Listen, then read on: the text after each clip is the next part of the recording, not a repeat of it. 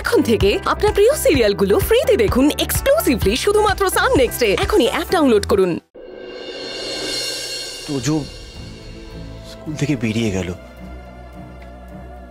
বেরিয়ে গিয়ে ওইভাবে ও বাড়িতে চলে গেল। এই পুরো বিষয়টা হয়তো ও বাড়িতে বাবা মা ভালোভাবে নেয়নি।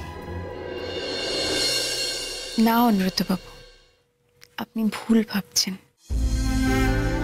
তোজো কিন্তু ও বাড়িতে মা বাবার কাছে ছোট থেকে বড় হয়েছে। ও বাড়িতে মা বাবা পায়ে লোকে ভীষণ ভালোবাসে।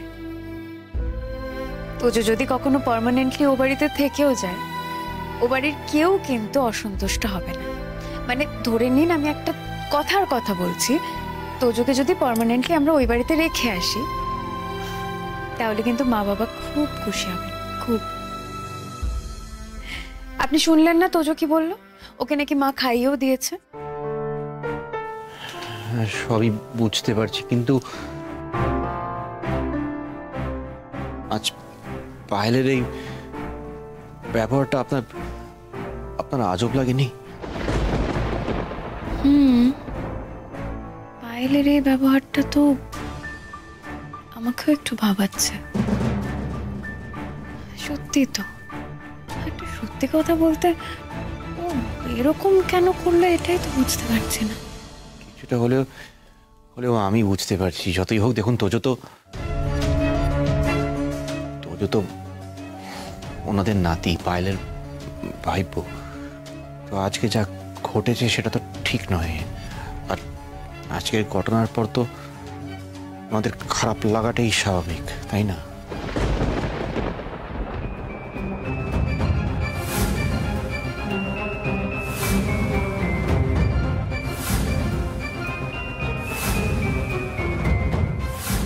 আমার বাবা নয়, তুমি জানো না?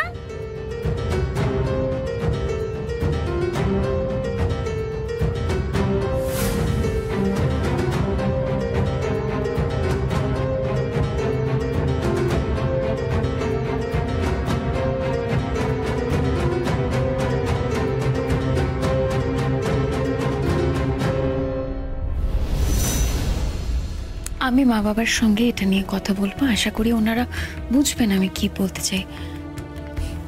আপনি একদম এটা নিয়ে ভাববেন না, দেখা যাক কি করা যায়।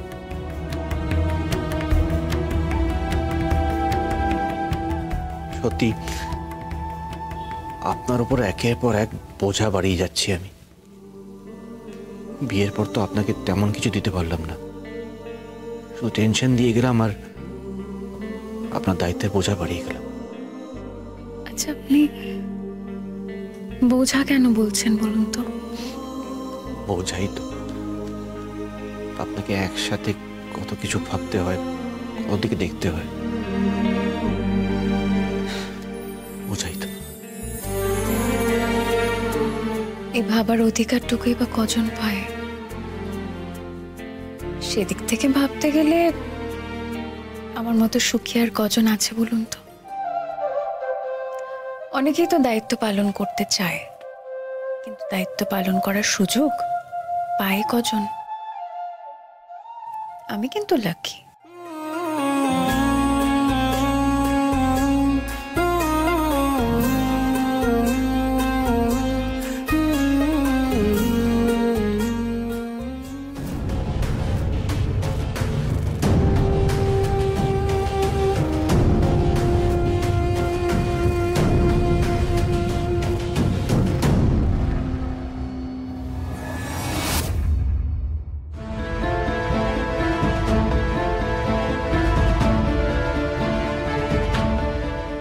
প্রীতম, কোথায় আছিস?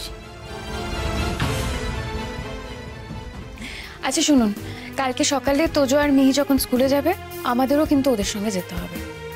কুণাল বাবু যাই বলুক, আমাদের পার্সোনালি প্রিন্সিপালের সঙ্গে গিয়ে কিন্তু একটু কথা বলা উচিত। তা তো ইম্পর্টেন্ট। স্কুল শুরু হওয়ার আগেই কিন্তু আমাদের পৌঁছে যেতে হবে। কেন? কিছু কাজ আছে তাই। আপনি এখন চুপচাপ শুয়ে পড়ুন, আর কথা বাড়াবেন না, অনেক রাত হয়েছে। আর আপনি? আরে আমিও তো শোবো, সারা রাত ঘুরে বেড়াবো নাকি? আমি ফ্রেশ হয়ে আসছি।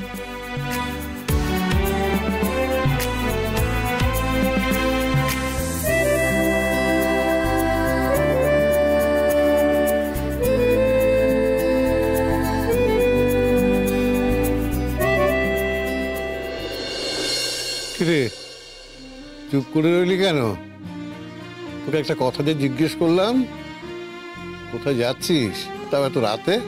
তোমাদের সব প্রশ্নের উত্তর দেব, আগে আমার প্রশ্নের উত্তরটা দাও। তোর আবার কি প্রশ্ন? তোমরা আমাকে বলো, তোমরা সত্যিই কেউ জানো না যে ছেলেটা কোথায় থাকে? এই দেখো, দুপুর বেলা যে তোকে বললাম যে আমরা জানি না, আমি জানলে কি তোকে বলতাম না? কিরে, তোর প্রশ্নের উত্তর তো তুই পেয়ে গেলি, এবার আমার প্রশ্নের উত্তর দে। তুই এত রাতে কোথায় যাচ্ছিলি সেটাই খুঁজতে? এই এখন রাত কটা বাজে খেয়াল আছে?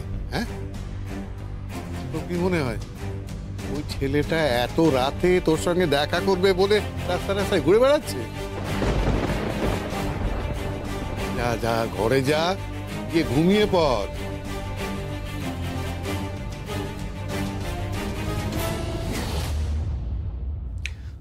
তুমি এত রাতে জেগে থেকে কি করছো? তুমি ঘুমাওনি কেন?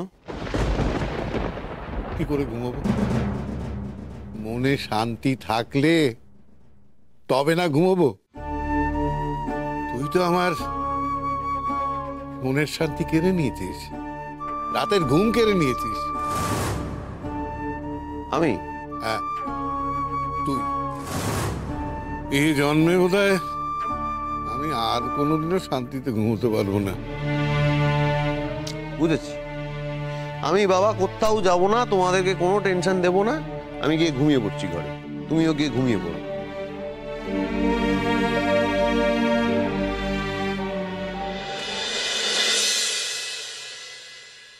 দেখুন মিস্টার রায়চৌধুরী, আমাদের এখানে কিন্তু প্রত্যেকটা টিচার যথেষ্ট কেয়ার নিয়ে পড়ান। কোনো স্টুডেন্টকেই আমরা কিন্তু ছোট বড় করে দেখি না। ইনফ্যাক্ট প্রত্যেকটা স্টুডেন্টকেই সেম ট্রিটমেন্ট করা হয়। আমি বুঝতে পারছি না আপনাদের ছেলে কেনই বা আপনাদের কাছে ওর টিচারের নামে কমপ্লেন করছে। এনিওয়েজ, কালকে থেকে ওর স্পেশাল কেয়ার করা হবে। ওর যাতে এখানে কোনো রকমই অসুবিধা না হয় পড়তে, সেটা এনশিওর করার সমস্ত চেষ্টাই করব আমরা।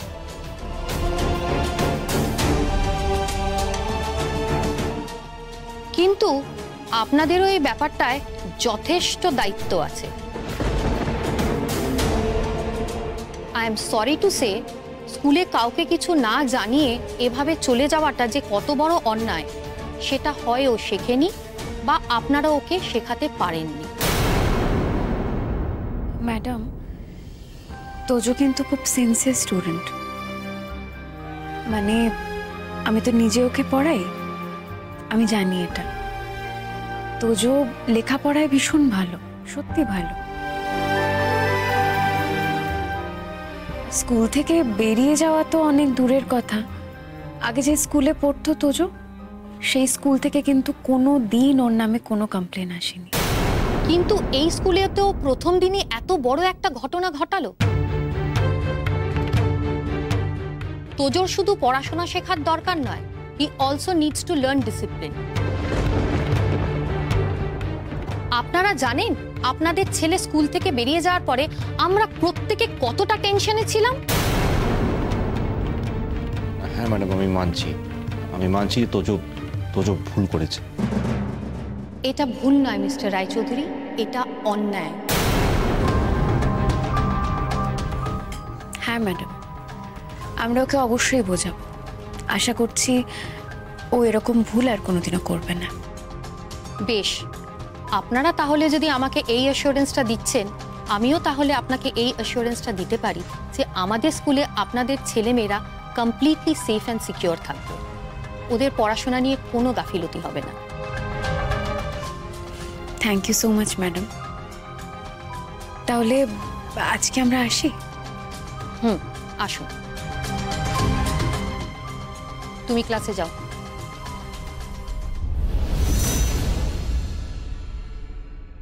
চলো। প্রিন্সিপাল ম্যাডাম যেটা বলেছেন সেটা বুঝতে পেরেছো তো? কথাটা কিন্তু মাথায় রাখবে। আমি যেন কারো থেকে তোমার ব্যাপারে কোনো কমপ্লেন না শুনতে পাই, এটা কিন্তু আমি স্ট্রিক্টলি বললাম। আর যদি পড়া না বুঝতে পারো, টিচারদের তোমাকে কেয়ার করাটা তাদের রেসপন্সিবিলিটি। আর তুমি যে পড়াটা বুঝছো না সেটা টিচারকে বলা, সবকিছু টিচারকে জানানো, এটা তোমার রেসপন্সিবিলিটি। বুঝতে পেরেছো? আর যদি ক্লাসের কোনো বন্ধু আমাকে ডিস্টার্ব করে তাহলে? যদি ক্লাসের বন্ধুরা ডিস্টার্ব করে তাহলে টিচারকে গিয়ে বলবে। টিচার যদি কিছু না করে, কোনো স্টেপ না নেয়, তখন আমাদের বাড়িতে বলবে। আমরা যেটা করার সেটা করব। যাও, এবার ক্লাসে যাও। ভয় পেতে হবে না, যাও। যাও। আশা করি আর কোনো প্রবলেম হবে না। সেটা হলেই ভালো। আপনি অফিস যাবেন না? হ্যাঁ, আপনাকে বাড়ি ড্রপ করে দিয়ে অফিস যাবো। চলো। আমি এখন বাড়িতে যাব না অনুরুদ্ধবাবু। কোথায় যাবেন? বলছি আপনাকে, চলুন।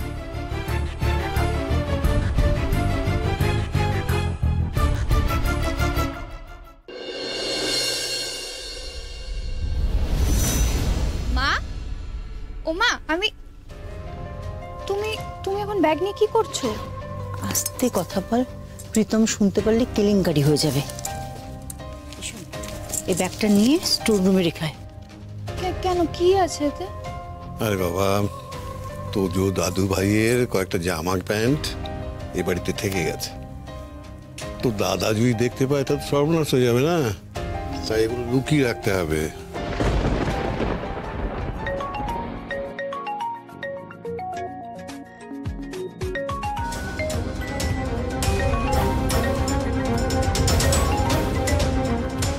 কিরে, কার ফোন? কার আবার? দিদি ভাই। এই ধরবি না, কেটে দে। না, এভাবে ওকে আর ইগনোর করা যাবে না। অনেক হয়েছে, এবার একটা বোঝাপড়া করতেই হবে।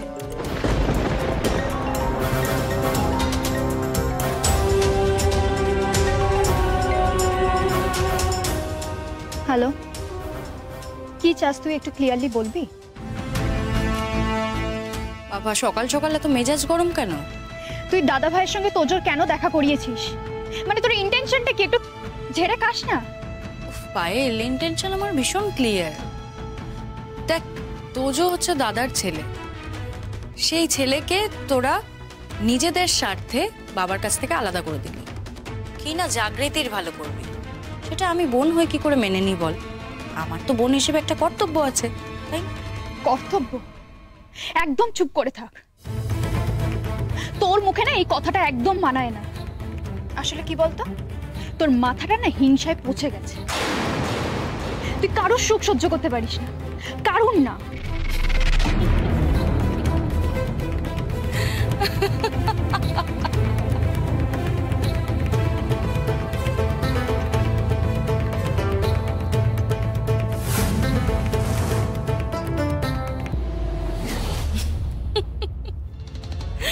তাহলে কাজ হয়েছে বল?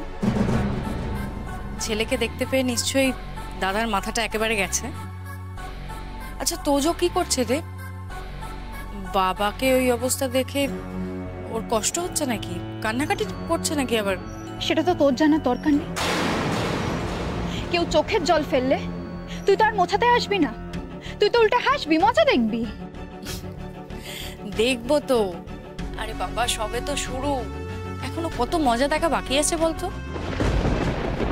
দেখ, তোজোকে তোজোর স্কুলের সামনে থেকে তুলে নিয়ে গিয়ে ওর আগের বাবার সাথে দেখা করিয়ে দিয়েছে। এবার তো আমাদের দাদার সাথে জাগৃতি রায়চৌধুরীর নতুন স্বামীর সাথে দেখা করাতে হবে। তারপর তো আসল খেলাটা জমবে। নিজের সংসারটা তো ভেঙেছে, তারপরেও তো শিক্ষা হয় না। এবার অন্যের সংসার ভাঙতে উঠে পড়ে লেগেছিস, তাই না? কিন্তু একটা কথা ভালো করে জেনে রাখ দিদি, এতে কিন্তু তোর নিজেরই ক্ষতি হবে, কমবে না কিন্তু। তুই আগুন নিয়ে খেলছিস, এখানে কিন্তু তুই তোর নিজের হাতটাই পোড়াবি। হাত পোড়াবি, হাত তো পুড়িয়েই ফেলেছিস, এবার তো নিজের মুখটা পোড়াবি। আর তারপর দেখিস এই পোড়া মুখটা না কাউকে দেখাতে পারবি না।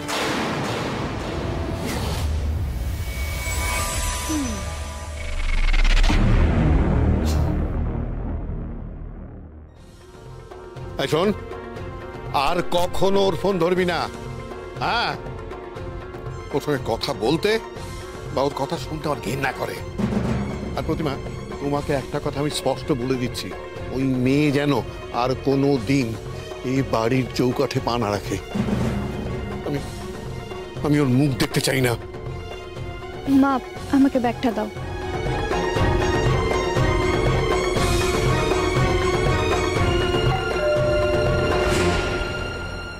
এখন আবার কে এলো? মা, আমি দেখছি। না না, তুই যা, আমি দেখছি।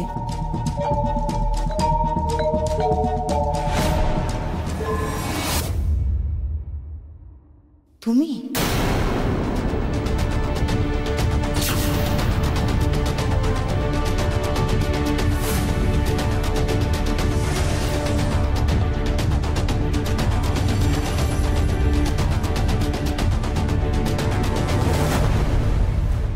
কেন মা, আপনি আমার দিকে এইভাবে কেন তাকিয়ে আছেন? আমি কি আসতে পারি না?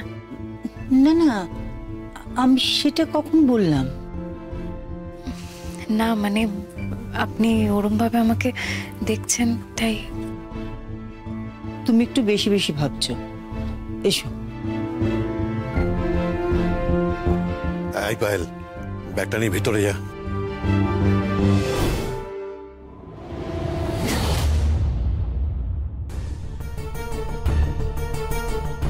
কি ব্যাপার জাগৃতি, তুমি এখন?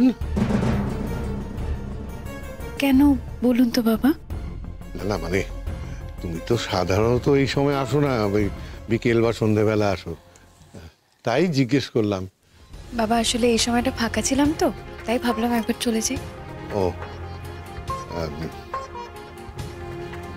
প্রতিমা, বলছি কি যে আচ্ছা ও কিন্তু জল খাওয়াবে না? হ্যাঁ হ্যাঁ। না না মা, তার দরকার নেই। আমি তো এক্ষুনি চলে যাব, আপনাদের খবর নিতে এসেছিলাম, এক্ষুনি চলে যাব। ও কেমন আছেন বাবা? মা ওই আছি ভালো। ওষুধগুলো খাচ্ছেন তো সময় করে? এই দেখো আরে বাবা, তোমার মা যতক্ষণ আছে তত ওষুধ না খেয়ে উপায় আছে? হ্যাঁ, ওর নিজের যতই শরীর খারাপ হোক না কেন, ঠিক সময় মতো সব ওষুধ এনে আমার মুখের সামনে ধরে। আর মা আপনি কেমন আছেন? আপনার তো শরীরটা ভালো নেই। না না, এখন ঠিক আছে। একটু হাঁটাচলা করছি, টুকটাক রান্নাও করছি। আচ্ছা, তুমি কি এই কথাটা জানার জন্য এসছো নাকি অন্য কোনো দরকার আছে? আপনি আপনি এভাবে কেন বলছেন মা? আচ্ছা, আমি কি কোনো দরকার ছাড়া শুধু আপনাদের খোঁজ খবর নিতে আসতে পারি না? না না না না, তা কেন? নিশ্চয়ই পারো, নিশ্চয়ই পারো। আসলে প্রতিমা কথাটা ঠিক ওভাবে বলতে চাইনি। এই দুপুরের রোদের মধ্যেও তুমি এসেছো, তাই হয়তো ভেবেছে কোনো দরকার আছে, তাই এইভাবে বলেছে। আচ্ছা মা, পায়েলের কি হয়েছে বলুন তো? ও দেখলো আমি এসেছি, তাও কথা না বলে ভেতরে ঢুকে গেল। ও কি কোনো কারণে আমার উপর রাগ করেছে? আমার সাথে কথা বলছে না কেন মা? কি হয়েছে বলুন তো বাবা?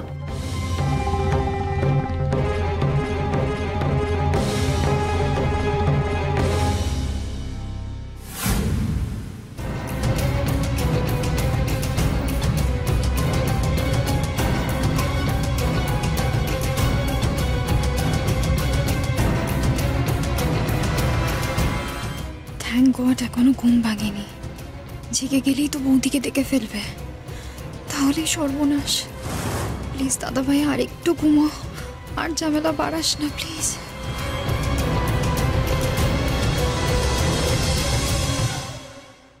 পায়েল,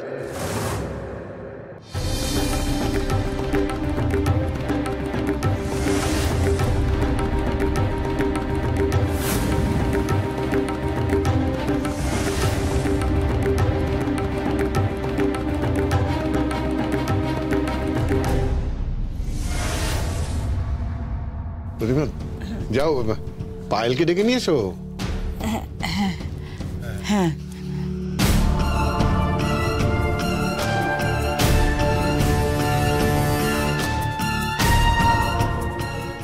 বাবা, কিছু মনে না করলে একটা কথা জিজ্ঞেস করবো? হ্যাঁ আগে তো বসো বসো বসো বসো।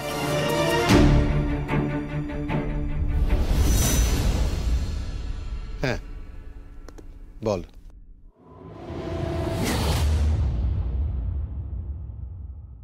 কিছু হয়েছে বাবা?